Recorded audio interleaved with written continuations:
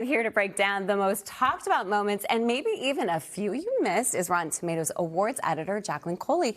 Welcome back, Jacqueline. We have a lot to unpack. Let's do it. It's Emmy season. I'm so excited. Yes. So let's talk a little bit about the host.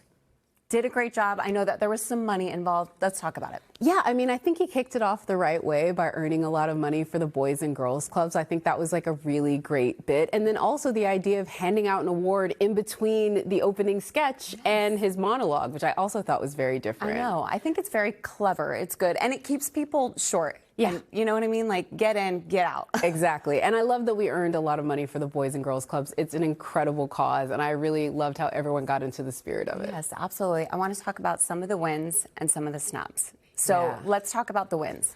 Yeah, we had some incredible wins. I mean, I think the biggest win of the night, let's just start with Adolescence, for example, that one for limited series. I mean, that with Stephen Graham, this was an idea of his. It also won with Owen, the young boy, becoming the youngest Emmy winner in a limited series.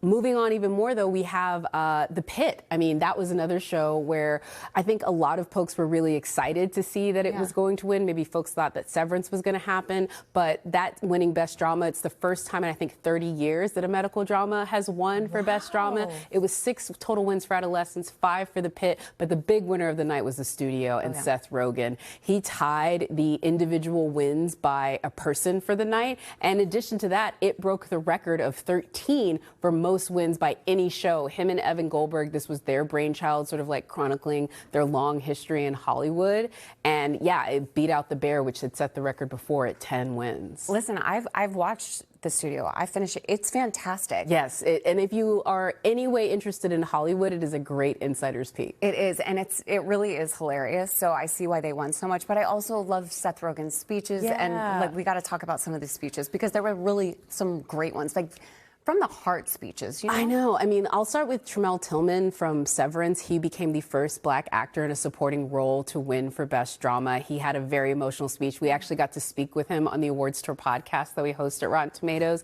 And he talked about, you know, he got to really sort of like live this moment later in his career. But there's a bunch of folks like that. Also, Christina Milioti from Penguin. She ended up winning for Best Supporting Actress in a limited series for her work on The Penguin. And then on top of that, I think the best speech of the night, it was under a minute and it was succinct and to the point. Noah Wiley winning Best Actor for The Pit. It was heartfelt. It talked to emergency room workers who he really said were the reason why they did this show. And it really shouted out his incredible collaborators, including John C. Wells, who was his partner on ER, and Scott Gemmell, who's the showrunner on The Pit now. It's so fun to see him. Listen, I watched ER when I was in high school too. To see him back and to see him on stage and almost kind of get the accolades that he probably very much deserves, and for him to give accolades back to the people who really need it, you know, who are the real stars, by the way, the ones working in the ER. Yeah. I absolutely love that.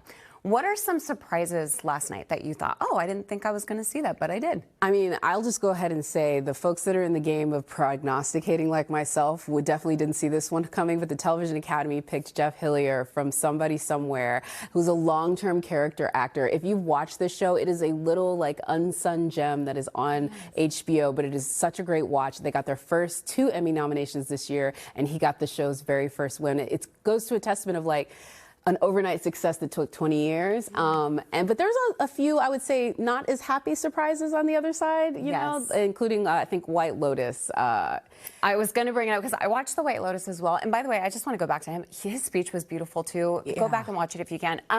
But yes, White Lotus. They dominated. Yeah, dominated so many categories. Carrie Coon, Natasha Rothwell, Parker Posey, Jason Isaacs, Walton Goggins. I mean, they were the water cooler show of the summer. Everybody was talking about it. Everything on the screen and off the screen, and the Mike White of it all. And they ended up only getting 1 win, which was for the composer of the intro. I think listen, I loved The White Lotus, so I am actually very surprised that it didn't. There were some great moments, especially when the Outstanding Talk Series award was announced. Yes? Yeah, this was Stephen Colbert. So this was actually announced prior to the ceremony, but then they brought Stephen Colbert out at the ceremony to sort of do his acceptance speech, and it was an incredible moment. Everyone stood up. They were chanting Stephen, Stephen, Stephen, and I think, you know, I mean, I shouldn't say they announced. Everyone knew Stephen was going to win prior to it going into it. I mean, I think Jimmy's FYC sign was, "We're really proud of what we did. Vote for Stephen." So it was everybody. It's beautiful to see people come together for him. Yeah, everyone kind of was a foregone conclusion, but everyone was so happy, and him talking about his writers and his crew. And he's a guy that I think really just loves going into work every day, and you could see that displayed on stage. And also, everybody in that room has either been interviewed by him or wants to be interviewed by him, and you could just see the love. And he's one of these people I think is so touched by moments like this, so you really want to give it to him. Absolutely. And I know I keep bringing and going back to the speeches, but I loved his speech as well, because at one point he said, "Be brave." And it's just kind of like, there's just sometimes you just need to hear it. Yeah, and you want to hear it from him. Yes, absolutely. Well, Jacqueline, thank you so much. As always, we love having your insight on this.